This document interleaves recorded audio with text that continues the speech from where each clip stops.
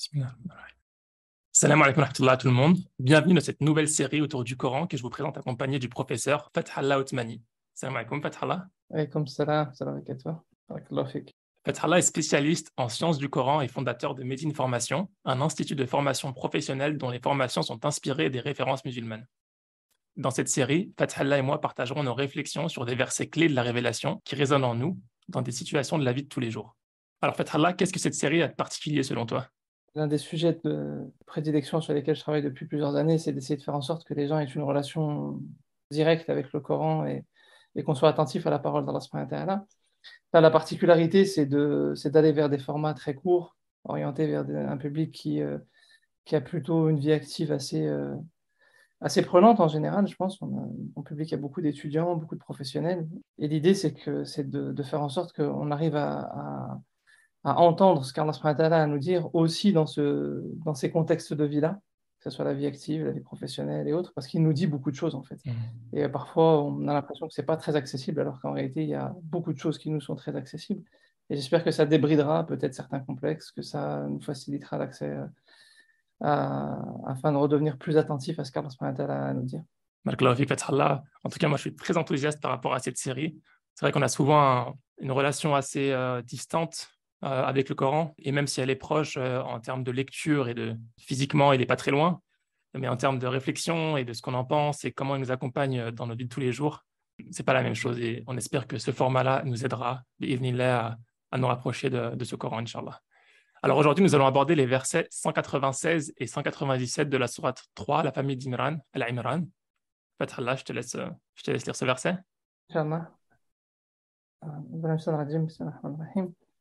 لا يغرنك تقلب الذين كفروا في البلاد متاع قليل ثم مأواهم جهنم وبئس المهاد. Je vais proposer la traduction de Hamidullah très succinctement. Que ne t'abuse point la versatilité pour la prospérité dans le pays de ceux qui sont infidèles. Piètre jouissance, puis leur refuge sera l'enfer, et quelle détestable couche. Pour rentrer plus en détail dans le commentaire, il y a une des clés, moi je trouve importante pour pouvoir justement essayer d'avoir cette relation intime avec le Coran, c'est aussi de recontextualiser dans la vie du prophète alayhi salatu wassalam. Avant de vous proposer une traduction peut-être un peu plus élaborée et prendre le temps de la commenter, c'est important de faire le lien et le parallèle avec ce que vivait le prophète alayhi salatu wassalam à ce moment-là, parce que les épreuves qu'il a vécues, je pense qu'on en vit tous à certains moments de nos vies. Et ce verset est révélé a priori dans le début de la période médinoise. Hein. Souvent, on fait attention aux circonstances particulières, mais le contexte, la période est un élément d'information aussi important. Début de la période médinoise, c'est une période où les musulmans sont quand même assez faibles, encore même s'ils sont sortis de la Mecque, où ils ont vécu beaucoup de difficultés. Ils arrivent à Médine, mais très pauvres, parce qu'ils ont tout abandonné derrière eux. Et finalement, ils voient autour d'eux des gens de la Mecque qui sont très riches de manière générale, qui sont dans l'aisance commerciale. Ils voient des Juifs de Médine, pareil, qui sont dans cette même situation. Et ils regardent ça avec un certain attrait, parce que forcément, quand on vit la difficulté, c'est difficile à un moment donné de se dire moi, je peux m'en passer. Et bien qu'Allah subhanahu wa ta'ala les ait éduqués, hein, avant la fin de la période médinoise, il y avait par exemple Surat Al-Ankabut qui avait été révélé au prophète, alayhi salatu wassalam, comme pour le préparer en lui disant tu vas arriver à Médine, tu veux un nouveau toit, tu veux une nouvelle demeure, tu vas l'avoir, mais ça ne sera qu'une illusion. Et Surat Al-Ankabut, c'est l'exemple de l'araignée, hein, cette matière si dense, et pourtant avec un coup de main, on la balaye, la demeure de l'araignée. Et Allah subhanahu wa ta'ala lui dit fais attention à ne pas t'illusionner par quelque toi que ce soit. Et Banu Israël, pareil, qui ont été sauvés d'Égypte. Et quand ils ont été sauvés d'Égypte, ils arrivent en Palestine et ils veulent plus, ils veulent plus, ils veulent plus. C'est dans la nature humaine. Et les compagnons, à ce moment-là, même s'ils ont été sauvés des épreuves et des difficultés de la Mecque, ils arrivent à Médine, malgré tout dans la pauvreté, et ils regardent avec une certaine envie les richesses de ceux qui sont autour d'eux. Et Allah subhanahu wa ta'ala les met en garde à ce moment-là. Et là, je vais vous proposer une traduction un peu plus élaborée. Allah subhanahu wa ta'ala, il dit La yaghurrannaka taqallubul ladhina kafaru fil bilad. Ne te laisse pas illusionner. Hein. Et ça, le gharar, c'est vraiment une notion fondamentale en islam. C'est un des noms de ce monde-là. Quand Allah subhanahu wa ta'ala, il dit Wa mal hayatud dunya illa mata'ul ghurur. Parmi les deux caractéristiques principales qu'Allah subhanahu wa ta'ala mentionne par rapport à ce monde, c'est qu'il est éphémère qu'il ne dure pas et qu'il est illusoire en fait. C'est-à-dire qu'on a l'impression que ce monde-là qui est si matériel, si perceptible, si maîtrisable, est le monde vrai, alors qu'il va disparaître et c'est ce monde imperceptible, mais qu'on peut ressentir, ce monde qu'on ne peut pas maîtriser, mais qui est bien existant et qui a un impact sur nos vies et sur la manière dont on voit les choses et sur le paradigme par lequel on regarde les choses, qui est lui le monde réel.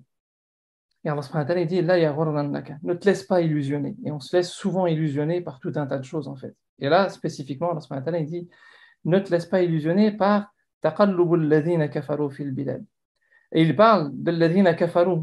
Et la majorité des savants considèrent que, alors il y a plusieurs avis, certains disent que c'est les Juifs de Médine qui sont dans un peu la provocation, nous on a réussi commercialement, etc., ou ce sont les non-musulmans de manière générale et les mécréants de la Mecque, etc., qui sont un peu dans cette provocation-là. Hein, et ils sont dans la réussite commerciale, ils font des va-et-vient. Les va-et-vient, c'était les caravanes. Taqallub, ici, certains disent que c'est le fait qu'ils arrivaient à réussir par le biais de faire du commerce. Hein, et d'autres disent que c'est leur versatilité. Hein, ils tendaient parfois la main un peu vers les musulmans et puis ils la reculaient. Ou ils leur proposaient et puis finalement ils faisaient marche arrière, un pas en avant, deux pas en arrière. Et là, je pense qu'il y a déjà un premier enseignement important, c'est que, enfin deux enseignements plutôt, excusez-moi, qui sont importants, c'est que dans nos projets, quels qu'ils soient, il faut faire très attention à s'attacher à son code de valeur dès le départ. Qu'est-ce qui nous anime? Et ça, je pense que c'est une question qu'on se pose tous au départ quand on se lance dans les études, quand on se lance dans un projet entrepreneurial ou autre. On se dit, moi j'ai telle valeur et j'aimerais faire les choses pour ça. Sauf qu'au fur et à mesure des épreuves, ben, parfois on commence à oublier, à se dire, ouais, mais finalement, je vois telle opportunité, on me propose telle solution, même si je vais y perdre un petit peu, et on ne se pose même plus la question de ce qu'on va perdre comme valeur. Et cette versatilité-là, il faut faire très, très attention parce que c'est une illusion. C'est une illusion. Ce qui est important, c'est ce qui nous anime au plus profond, de bien le tenir parce que de toute façon, c'est ce que dit Allah subhanahu wa ta'ala par la suite, mata'un qalil. C'est même pas quelque chose de simplement éphémère, c'est en plus d'être éphémère. Alors c'est très court, qalil, certains le traduisent dans ce sens-là, mais c'est aussi dans le sens où c'est petit. C'est pas quelque chose qui a de la valeur. C'est-à-dire que toi, tu vas t'attacher à des choses qui ont peu d'importance, qui en plus ne vont pas durer, et tu vas délaisser tes principes qui ont de la valeur, qui ont de l'importance, qui te définissent toi, et qui te définissent surtout devant Dieu au-delà du regard des gens. Et ça, c'est, je pense, un point important, parce qu'en plus, Allah subhanahu wa ta'ala, qu'est-ce qu'il nous dit derrière? Ces gens-là qui vacillent, qui se laissent porter par les phénomènes de mode, qui se laissent porter par les vents, qui n'ont pas une attache forte dans leurs principes.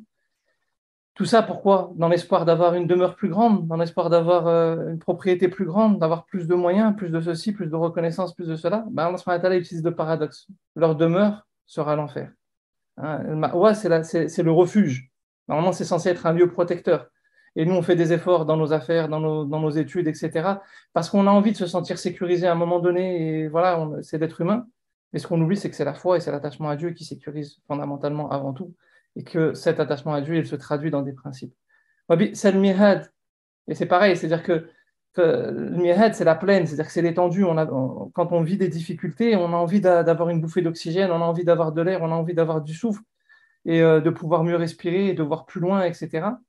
Et Allah subhanahu wa ta'ala utilise aussi ce paradoxe-là. Et quelle mauvaise plaine, d'une certaine manière, hein, c'est la plaine de l'enfer qui est visée là. Mais le jeu de mots est voulu. Pourquoi? Parce que en réalité, ce qui va nous donner de l'air d'une certaine manière, ce qui va nous donner de la perspective, ce qui va nous sortir de ces situations angoissantes ou parfois stressantes que l'on peut vivre par rapport aux épreuves matérielles, psychologiques ou autres, hein, d'ailleurs, et par rapport à ces tentations qu'on a de délaisser nos principes, mais en réalité, c'est se rattacher à ces principes, se rattacher à ces valeurs, parler à Dieu dans l'intimité, avoir ces moments-là, réasseoir ses convictions. On ne va pas rentrer dans les versets suivants, mais les versets suivants le confirment, mais vont dans ce sens-là. Et d'ailleurs, Allah subhanahu wa ta'ala, dans la suite, il parle des gens du livre. Inna min ahli al-kitab illa man yu'minu billah. Il y a parmi les gens du livre des gens qui portent la foi. Comme pour nous dire, faites attention, ne lisez pas ce verset en vous disant, on doit juger ceux qui sont mécréants, on doit juger ceux qui nient les signes de Dieu, on doit juger les gens du livre, etc. C'est véritablement un verset adressé pour chacun de nous, pour qu'on ait un mode de vie sain. Ce n'est pas de juger l'autre qui est important. Ce qui est important, c'est que on soit dans une démarche de réforme et d'assainissement de nos modes de vie. Mais au-delà de ces enseignements, en fait, on va dire généraux, est-ce que toi, Abdelrahman, à ton niveau, ça t'évoque des situations de vie particulières? Bah, déjà, merci beaucoup, Fathallah, hein, c'était une explication très claire. J'ai eu le temps d'y réfléchir un petit peu avant cet enregistrement. Et en fait, je pense qu'à chaque niveau de notre vie, on a des différents types de choses qui nous donnent envie. À plusieurs moments, je pense que j'ai pu ressentir ou j'ai pu voir ce type d'envie en fait, qu'on peut avoir. Quand on voit autour de nous les personnes qui acquièrent des biens immobiliers, des maisons, des logements à outrance comme ça, mais parce qu'ils ont des moyens que nous, on ne peut pas utiliser, par exemple, et on les voit progresser, acquérir de l'argent, etc., ou même investir dans des choses qui ne sont pas tolérées pour nous, et ben, c'est vrai qu'on peut se dire, subhanallah, eux, ils progressent et nous, on fait du surplace des fois. Ils ont déjà tel ou tel logement, nous, on n'avance pas. Alors qu'au final, c'est pas qu'on n'avance pas, c'est qu'on avance, on n'a pas forcément le même repère par rapport à eux. Mm.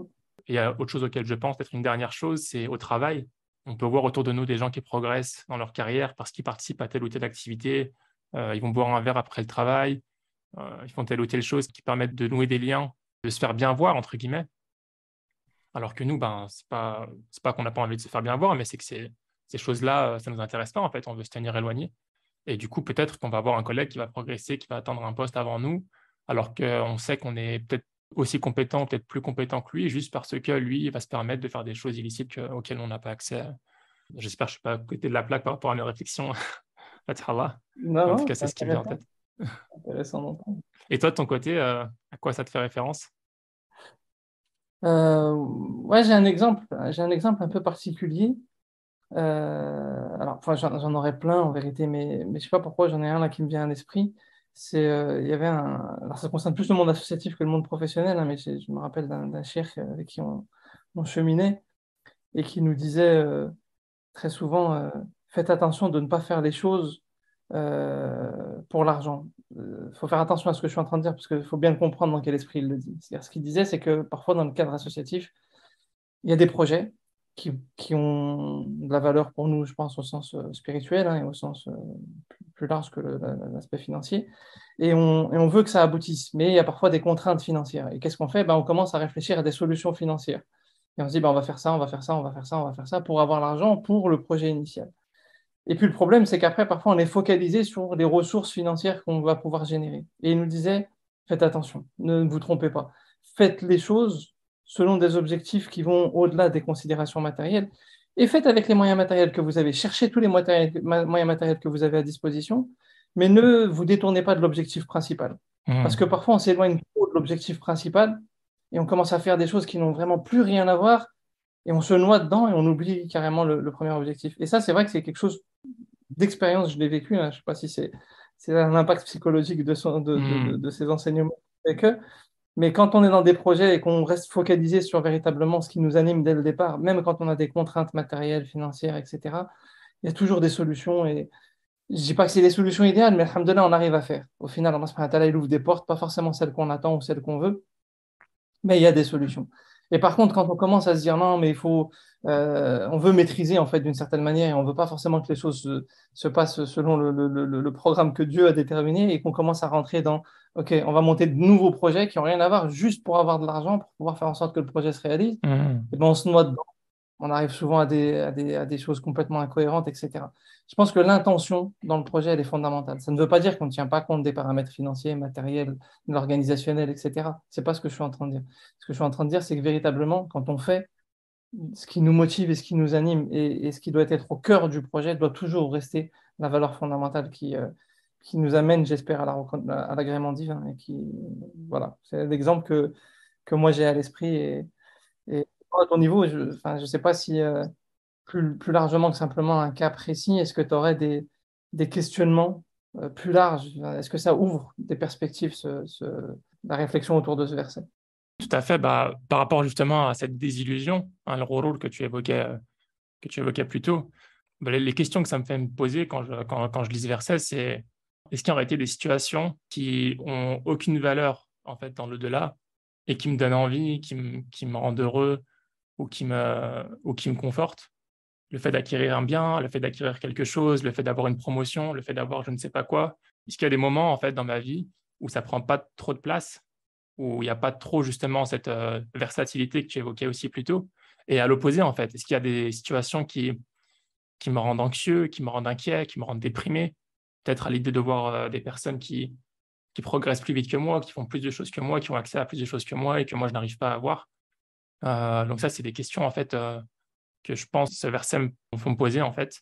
Et pour aller plus loin par rapport à ça, une autre question qui me vient en tête, qui vient à la suite de ce que je disais plus tôt, qu'est-ce qui est en réalité important pour moi dans ce bas monde, mais qui ne l'est pas dans l'au-delà, et qui m'empêche d'atteindre mon potentiel en termes de relation avec Allah, dans relation avec les gens, à cause de cette désillusion, justement. Le fait de vouloir atteindre un objectif qui, en réalité, n'est pas un objectif qui a beaucoup de valeur auprès de Dieu et qui va me demander de mon attention, beaucoup de travail, et qui, au final, ne vaut pas grand-chose. Et comme tu disais plus tôt, la question qui vient, je pense, qui entoure tout ça, c'est est-ce que nous désirons la récompense de ce bas monde ou de l'au-delà? Je pense que c'est la question là, qui englobe un peu tout ça. Quand on regarde les gens qui progressent, tout ça, et que ça nous donne envie, en réalité, est-ce qu'on désire ce bas monde ou est-ce qu'on désire l'au-delà? Donc, l'effet que ce verset a sur moi, je pense, hein, c'est d'être attentif à ces sensations que je peux avoir dans ces situations. Il y a des choses qui me donnent envie ou moins envie, qui me dépriment, etc. À me remettre en question par rapport à ça. Ça me permet aussi de relativiser, de remettre les choses à leur place.